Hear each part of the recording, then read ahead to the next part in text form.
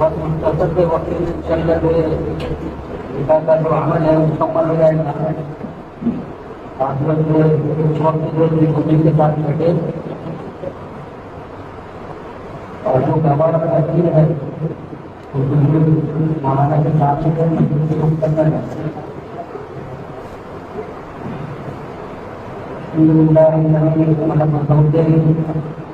الحمد لله الذي لم يكن كفارا رجالا كثيرا ولله والصلاة والسلام على من قال الدنيا كلها متاع وخير متاع الدنيا المرء الصالح أو كما قال عليه الصلاة والسلام.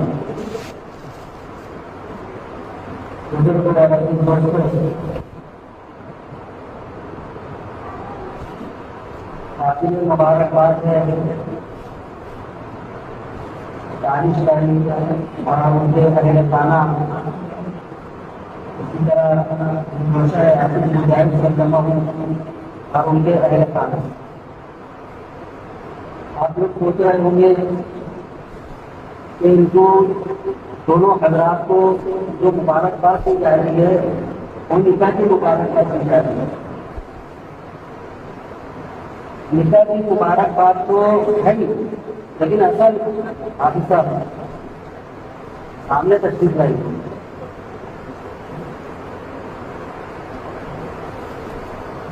دونوں حضرات کو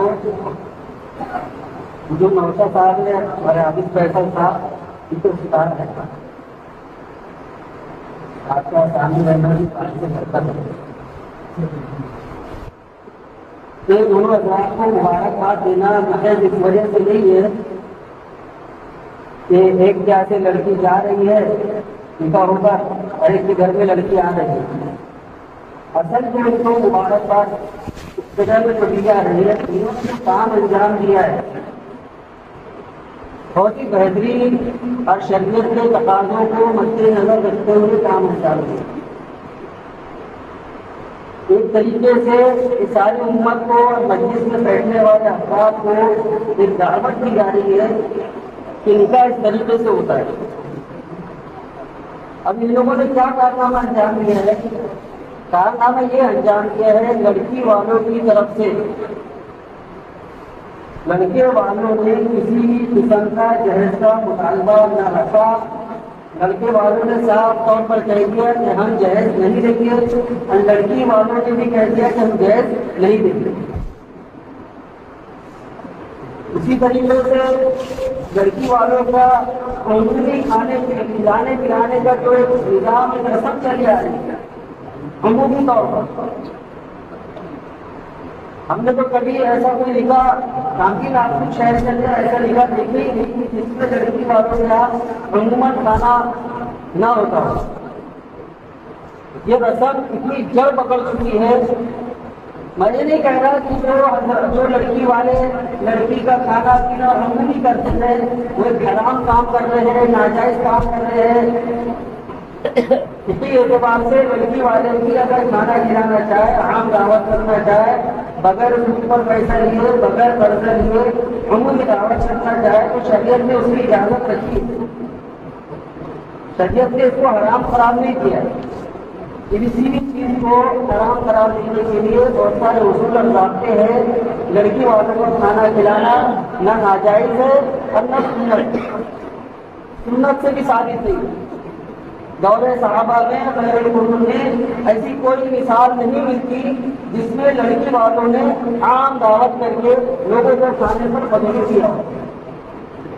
اب چونکہ یہ رسم اتنی جڑ پکڑتی ہے کہ اس کو ضروری سمجھا جانے لگا. اب اس کو ضروری سمجھا جانے لگا ہے. اب ہم اگر یہ بات کہہ دیں کہ اس کو ضروری سمجھا جا رہا ہے تو بہت سے لوگ اس کا انکار کرتے ہیں کہ نہیں ہم اس کو ضروری نہیں سمجھتے، بس ایسے ہی کھلا دیں. اس کو ضروری سمجھا جاتا ہے. اس کی دلیل یہ ہے کہ اگر کوئی لڑکی والا لڑکے والوں کو یہ کہہ دے کہ ہم کھانا نہیں دیں گے، ہم کھانا نہیں کھلائیں گے، یا لڑکی والوں کے بارے میں یہ بات پتہ چل جائے کہ یہ کھانا نہیں دے رہے تو بہت سے افراد ایسے گھر میں رشتہ بھی نہیں کریں گے. اس کو معیوب سمجھا جاتا ہے. لڑکی والوں کے کھانا نہ دینے کو معیوب سمجھنا یہ خود اس بات کی دلیل ہے کہ آپ اس کو ضروری سمجھتے ہیں، ورنہ اس کو معیوب نہیں سمجھا جاتا۔ اسی طریقے سے جو جہیز کا معاملہ ہے، جہیز کے لین دین کی جو رسم اتنی خطرناک جڑ پکڑ چکی ہے، جہیز کا لین دین یہ ناسور بن چکا ہے، اور جو لوگ جہیز کے لین دین کو جائز بتلانے کے لیے جو دلائل سامنے رکھتے ہیں، وہ دلائل کو جب علمی نقطۂ نظر سے جب دیکھیں گے تو ان کا اس چیز کو دلیل بنا کر جہیز کے لین دین کے اندر اس طریقے سے بڑھ چڑھ کر امور انجام دینا، باقاعدہ اس کا مطالبہ کر دینا، اور مطالبہ بھی کس طریقے سے کیا جاتا ہے؟ ہم کو تو کچھ نہیں چاہیے، بس لڑکی کے استعمال کے لیے جو چیزیں ہیں وہ چیزیں دے دو۔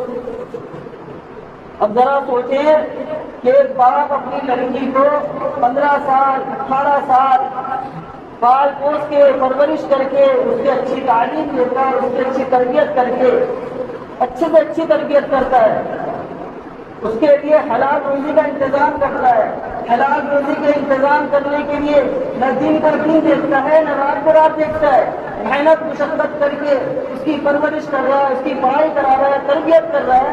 جب وہ 18 سال کی 20 سال کی اس کی عمر ہو جاتی ہے، وہ آپ کے حوالے کی تربیت کرنے کے بعد آپ کے حوالے کر دے رہا ہے، اور آپ لڑکی والوں سے یہ مطالبہ کر رہے ہو ہمیں تو کچھ نہیں چاہیے، بس لڑکی کے انتظام کی جو چیز ہے وہ دے دو۔ پلنگ ہمارے انتظام ہمارے کام آنے والا نہیں ہے، پلنگ دے دو، فریج ہمارے کام کی چیز نہیں ہے، فریج دے دو۔ اس طریقے سے ایک طریقے سے اسٹینڈرڈ معذرت کے ساتھ اسٹینڈرڈ فقیر بنے ہوئے ہم جو اس کا مطالبہ کرتے ہیں۔ اب یہ دیکھ لیں جو لوگ جہیز کا مطالبہ کرنے والے ہیں ان کی حیثیت فقیر اور مسکینوں کے جیسی ہے کہ وہ فقیر جو مانگتا ہے وہ کٹورا لے کے مانگتا ہے، اور یہ جو اسٹینڈرڈ فقیر جو مانگ رہے ہیں وہ اسٹینڈرڈ طریقے سے مانگ رہے ہیں، باقاعدہ مطالبہ کیا جا رہا ہے۔ اب وہ مطالبہ کئی واقعات ایسے ہو چکے ہیں، وہ مطالبہ پورا نہ کرنے کی بنا پر رشتے ٹوٹ گئے، اور دلیل کی اس واقعے کو بنایا جاتا ہے کہ حضرت فاطمہ الزہرا رضی اللہ تعالی عنہا ان کا جو حضرت علی کرم اللہ وجہہ سے لکھا ہوا، حضرت علی کرم اللہ وجہہ کو جہیز کے طور پر اللہ کے نبی صلی اللہ علیہ وسلم نے اپنی بیٹی کو کچھ سامان دیا۔ اب یہ کچھ سامان دینا اور پورا ایک دو ٹرک بھر کر سامان دینا، اس کے اندر زمین اور آسمان کا فرق ہے۔ اب اسی بات علماء نے یہاں پر 2 قول نقل کیے۔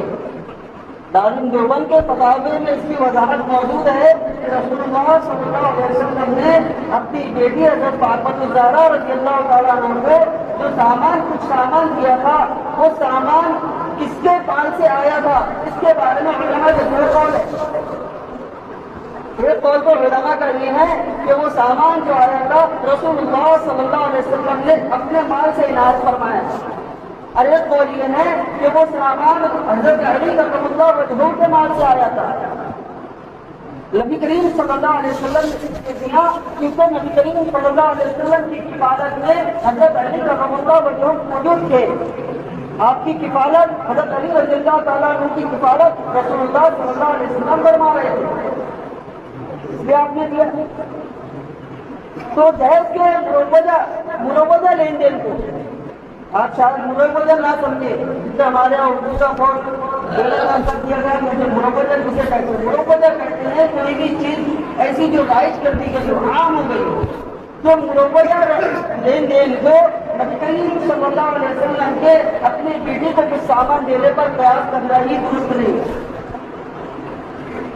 تو یہ جو مختصر سی کارگزاری میں نے جو آپ کے سامنے رکھی ہے، اور پھر ماشاءاللہ لڑکے والوں کی طرف سے جو ایک قدم اور بڑھایا گیا وہ یہ کہ ہمارے یہاں جو ولیموں میں جو رواج چل پڑا ہے لفافے دینے کا، تحفے کے نام پر، تحائف کے نام پر، اور اس پہ اتنی بے غیرتی والے معاملات ہوتے ہیں کہ جو لفافہ ہدیے کے طور پر لا کر دے رہا ہے، اب دیکھیے اس کو کسی بھی صورت کا آپ ہدیہ نہیں کہہ سکتے، یہ ایک قرض بن چکا ہے۔ باقاعدہ رجسٹر رکھا جاتا ہے، جس نے لفافے میں جتنے پیسے ڈال کر دیا ہے اس کا نام اور اتنی رقم لکھی جاتی ہے۔ علماء سے معلوم کرے اس طریقے سے تحفے تحائف دینا اور رجسٹر میں اس کا اندراج کرنا کہ اس نے اتنا پیسہ دیا ہے، اس نے اتنا پیسہ دیا ہے، یہ کیا ان لوگوں کو ذلیل کرنا نہیں ہے جو لوگ کم پیسہ دے رہے، کم ہدیہ دے رہے؟ مالدار تو مالدار، غربا جو غریب طبقہ ہے وہ بھی اس بیماری کے اندر مبتلا ہے. اور علماء کا یہ معاملہ رہا ہے، دستور عمل رہا ہے، جو رسم و رواج اس طریقے سے جڑ پکڑ لیتا ہے وہ اگرچہ حرام اور ناجائز نہ ہو لیکن علماء نے اس کو قابل فرق قرار دی. اس لیے موجودہ وقت میں علماء کرام بار بار یہ کہہ رہے ہیں کہ جہیز کے لین دین کو ختم کیا جائے، تحفے تحائف کے لین دین کو ختم کیا جائے. تو الحمدللہ لڑکے والوں کی طرف سے بھی یہ قدم بڑھایا گیا ہے کہ کوئی کسی بھی قسم کا تحفہ نہیں لگے. باقاعدہ حساب لگایا جاتا ہے کہ اتنا پیسہ کم سے کم آنا چاہیے، اتنا پیسہ آئے گا تو یہ پیسے سے ہم ڈیکوریشن واقع میں دیں گے، یہ پیسہ ہم وہاں دے دیں گے. یہ ساری چیزیں چل رہی ہیں، آپ لوگوں کو سب معلوم ہے، کسی کو کچھ بتانے کی ضرورت نہیں ہے. شریعت نے آپ کو اتنا مجبور نہیں کیا ہے کہ اگر آپ کے پاس ولیمے کے اخراجات برداشت کرنے کی طاقت نہیں ہے تو آپ قرض لے کر یا دوسرے آنے والے پیسے کی امیدیں باندھ کر ولیمہ کریں. حضرت صفیہ رضی اللہ تعالیٰ عنہ غزوہ خیبر کے بعد آپ کا نکاح ہوا. آپ کا ولیمہ جب رسول اللہ صلی اللہ علیہ وسلم نے ولیمہ فرمایا تو اس کے اندر کچھ گھی تھا، پنیر تھا اور کچھ روٹی تھی، مختصر کا ولیمہ تھا. ولیمہ کرنا سنت ہے لیکن اس کے اندر یہ ضروری نہیں ہے کہ ولیمے کے اندر آپ کو اتنی من پکانا ہے، جتنے ہی لوگوں کو پوچھنا ہے، جتنی استطاعت ہے بغیر قرض لیے آپ جتنا کام کر سکتے ہیں انجام دے سکتے اور اتنا انجام دے. صحابہ ازواج مطہرات میں رسول اللہ صلی اللہ علیہ وسلم کا جو ازواج مطہرات سے امہات المومنین سے آپ نے نکاح پڑھایا اس میں کئی ازواج مطہرات کے نکاح کے بعد جو ولیمہ ہوا ہے ایسا بھی ولیمہ ہوا ہے کہ صحابہ اکرام نے اپنے اپنے گھر سے جا کر کھانا کھا لیے، ولیمہ ہو گیا. تو کہنے کا مقصد یہ ہے کہ نکاح کو ہم نے جو اتنا مشکل بنا رکھا ہے، جو غریب کے لیے مشکل بن گیا ہے اور امیر اس کے اندر اپنی عمارت کہ جو شو کر رہا ہے، نام و نمود کر رہا ہے، جس کی وجہ سے غریب کی بیٹیاں نہیں اٹھ رہی ہے، غریب کی بیٹیوں کو اتنا دشوار ہو چکا ہے. یاد رکھیے جو شخص کسی غریب کی بیٹی کو اس لیے ریجیکٹ کرے گا، اس لیے کینسل کرے گا، علماء سے معلوم کر رہے ہیں اس لیے اگر کسی کی غریب کی بیٹی کو اس لیے ریجیکٹ کر رہا ہے اس کے پاس مال نہیں ہے تو میدان حشر میں اس کی گردن بچنے والی نہیں ہے، اس کو جواب دینا ہوگا. کتنا محض اس لڑکی کو اس لیے ریجیکٹ کیا تھا کہ یہ غریب تھی، یہ کھانا نہیں دے سکتے تھے، یہ جہیز نہیں دے رہے تھے. تمہارا جو معاشرے کے اندر بدنامی کا تم کو خوف تھا کہ کیسی جگہ رشتہ کر لیا وہ تو کھانا بھی نہیں دے رہے، کیسی جگہ رشتہ کر لیا وہ تو جہیز بھی نہیں دیں گے. اس شرم کے مارے تم نے اگر اس لڑکی کو کینسل کیا ہے تو اللہ تبارک و تعالیٰ کا پکڑ ہوں گی اور پوچھا جائے گا. کم ہوش کے ناخن لے. یہ پرفتن دور کے اندر اگر ہم اپنی زندگی کا آدھا حصہ جس کیا بیٹی ہوتی ہے وہ زندگی کا آدھا حصہ صرف بیٹی کے لیے جہیز جمع کرنے میں لگا دیتا ہے. زندگی کے دوسرے جو کام ہے وہ لوگ سائڈ میں گئے، اس کی آدھی زندگی اسی میں چلی جا رہی ہے. اس کے ذمہ دار کون لوگ ہیں؟ اس کے ذمہ دار وہ لوگ ہیں جس نے جہیز کی رسم کو نافذ بنا کر رکھا ہوا ہے. تو میرے عزیز دوستو، نکاح کے معاملے میں ہمارا جو نوجوان طبقہ، نوجوان نسلیں جو بیدار ہو رہی ہیں تو ہمارے بڑوں کا کام ہے، ذمہ داری ہے کہ ان کا ساتھ دے. ہماری جو نوجوان نسلیں جو ارادہ کرتی ہے، نیت کرتی ہے کہ ہم اس طریقے سے نکاح کریں گے جس سے اللہ راضی ہوتا ہے، ہم ایسا ولیمہ کریں گے جس سے اللہ راضی ہوتا ہے، لیکن بڑے ساتھ دے دو.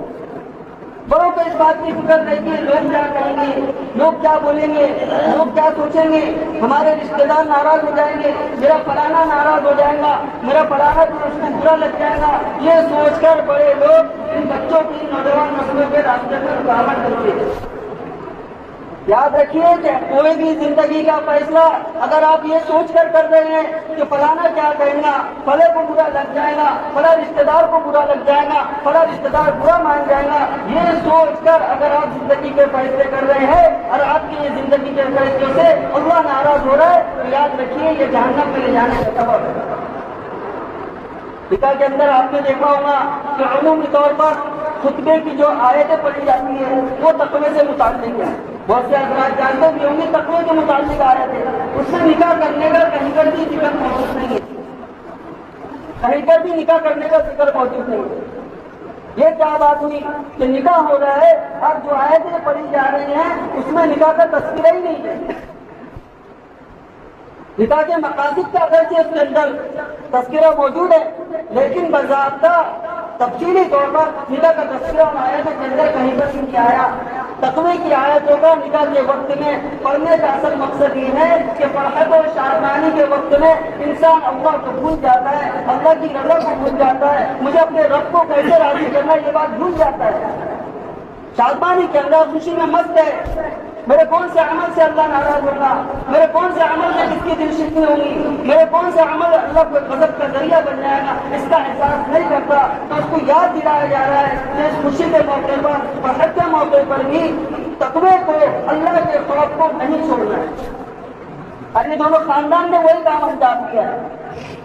ہر قدم پر اس بات کی ان لوگوں نے پوری کوشش کی ہے کہ بس میرا اللہ راضی ہو جائے، میرے خاندان کے لوگ ناراض ہوتے تو ہوتے رہے، میرے رشتے دار ناراض ہوتے تو ہوتے رہے، میرا اللہ مجھ سے راضی ہونا چاہیے۔ اس لیے قابل مبارکباد ہے، اور آپ لوگ بھی ان لوگوں کو دیکھ کر یہ بات طے کریں کہ ہم بھی اپنے بچوں کا، اور جو نوجوان لڑکے سن رہے یہ بھی وہ بھی سن لیں کہ ہم بھی اس طریقے سے نکاح کرنے پر ڈر جائیں گے کہ ہم کو نکاح سنت کے مطابق انجام دینا ہے، نکاح کو آسان کرنا ہے۔ نکاح کے پہلے سے، نکاح کے وقت کے پہلے سے لے کر نکاح کے بعد کی زندگی کے اندر، اور نکاح کے بعد جو زندگی ہم گزاریں گے اس کے اندر تقویٰ پیدا ہو جائے، اس لیے تقوی کی آیت پڑھی جا رہی ہے اور ایک پیغام دیا جا رہا ہے کہ یہاں پر تم کو تقوی اختیار کرنا ہے۔